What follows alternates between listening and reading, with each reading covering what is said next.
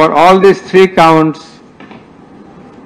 we have decided to inflict her with only one sentence, that is sentence of death.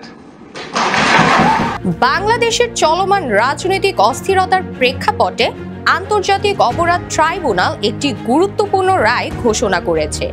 সাবেক প্রধানমন্ত্রী শেখ হাসিনার বিরুদ্ধে হত্যা, উস্কানি ও নেতৃত্বের দায়ে গঠিত 5টি অভিযোগের বিচার শেষে 3টি অভিযোগে মৃত্যুদণ্ড এবং 2টি অভিযোগে আমৃত্যু কারাদণ্ড দেওয়া হয়েছে। একই মামলায় সাবেক স্বরাষ্ট্রমন্ত্রী আসাদুজ্জামান খান কামালকেও মৃত্যুদণ্ডে দণ্ডিত করা হয়েছে।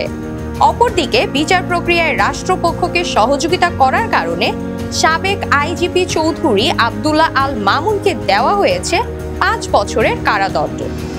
এই রায় দেশ জুড়ে রাজনৈতিক বাস্তবতা সৃষ্টি করছে।